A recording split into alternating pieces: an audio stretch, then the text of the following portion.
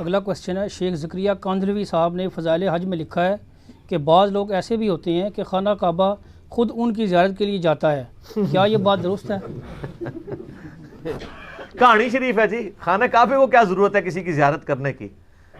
تو وہ اصل میں یہ بتانا چاہتے ہیں کہ جی پھر وہ آپ کو کہانی بھی کرائیں گے، وہ کہیں گے ترمذی میں ابن ماجہ میں حدیث ہے نا کہ نبی علیہ السلام نے کہا کہ اے کعبہ تیری خوشبو بڑی پیاری ہے لیکن ایک مومن کی حرمت اللہ کے نزدیک تو اس سے بڑھ کے ہے.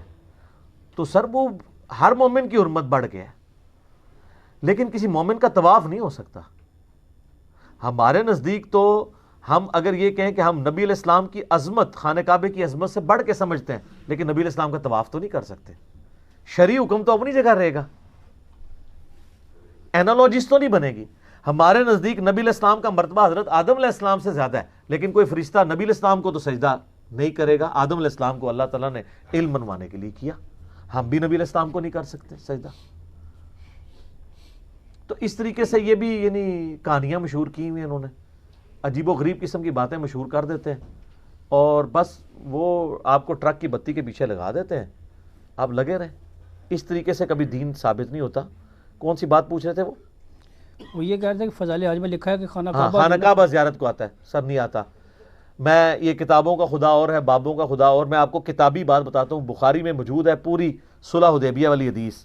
آپ پتہ نبی علیہ السلام کو مشرکین عرب نے مکہ جانے سے روک دیا تو نبی علیہ السلام حدیبیہ کے موقع پر معاہدہ ہوا. صحابہ کرام اتنے غمگین تھے کہ نبی علیہ السلام نے 3 دفعہ فرمایا کہ احرام اتار کے اپنے قربانی کے جانور یہیں ذبح کرو اور احرام کھول دو، ہم اگلے سال معاہدے کے مطابق آئیں گے. صحابہ کرام نہیں کھول رہے. ام سلمہ کے پاس نبی علیہ السلام خیمے میں گئے اور کہا کہ میں نے مطلب ان کو کہہ رہا ہوں یہ میری بات ہی نہیں مان رہے. یہ بخاری شریف ہے، مولانا شریف نہیں. صحابہ کرام کو قلق ہی اتنا تھا تو حضور کے ساتھ لاڈ میں وہ ایسا کر رہے تھے، حضور کو سختی سے نہیں کہہ رہے تھے لیکن ماننا تو چاہیے تھا. ام سلمہ نے کہا یا رسول اللہ چھوڑ دیں، آپ اپنا جانور قربان کریں، اپنا احرام کھول دیں گے، دیکھیں سارے کیسے کرتے ہیں. ہائے ہائے ہائے. اور ایسے ہی ہوا، حضور علیہ السلام نے کیا، ساروں نے پہلے ایک اٹھا، دوسرا 1400 کے 1400 نے یہ کیا. صحابہ کرام اشک بار آنکھوں سے کہ ہم کعبے کو دیکھ نہیں پائے. 6 سال کے بعد موقع آ رہا تھا کعبے کی زیارت کا، اور وہ صرف کعبہ نہیں تھا، ان کے لیے آبائی وطن بھی تھا، وطن اصلی بھی تھا. تو سر ادھر تو ہونا چاہیے تھا. جیسے ہی صحابہ کی آنکھوں میں آنسو آئے، کعبہ خود اڑتا ہوا طواف کرنے کے لیے آ گیا. سر کعبے کا یہ حق تھا کہ رسول اللہ کا طواف کرتا آ کے. وہ تواڈے بابیاں نوں کسی نے کھنگن نہیں دینا.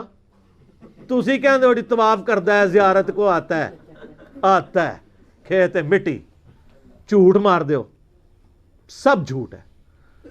اب ظلم یہ ہے کہ یہ بندہ اپنے آپ کو شیخ الحدیث کہتا تھا. یہ کس حدیث سے اس نے یہ کہانی نکالی جو فضائل حج میں ڈالی ہے؟ تو پھر مجھے یہ کہنے کا تو حق ہے نا، مرنے سے پہلے اے مسلمہ کر لے اس پہ غور. کتابوں کا خدا اور ہے، بابوں کا خدا اور.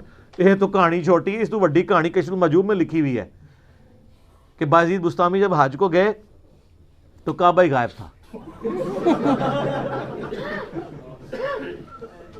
وہ کہتے نہیں، وہ کہنے کا مقصد ہے کہ کعبے کی عمارت تھی، اندروں روح نکل گئی سی. اچھا کہتے ہیں میرا حج نہیں ہوا.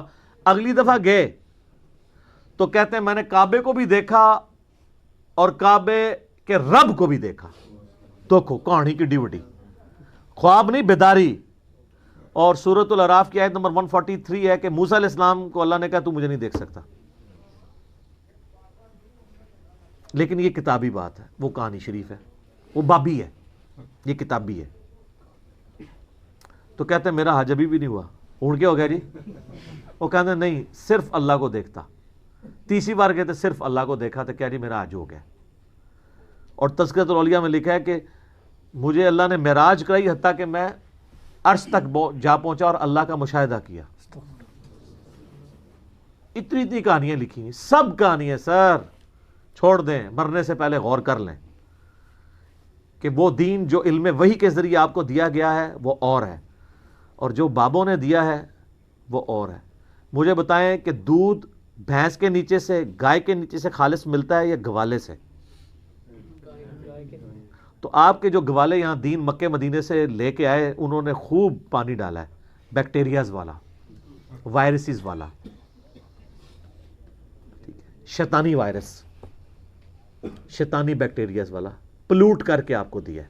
یہی وجہ ہے کہ جیسے ایک مریض کو پکوڑے بھی کڑوے لگ رہے ہوتے ہیں, اس وجہ سے نہیں کہ پکوڑے کڑوے ہوتے ہیں, اس لیے کہ اس کے منہ کا ذائقہ خراب ہوتا ہے.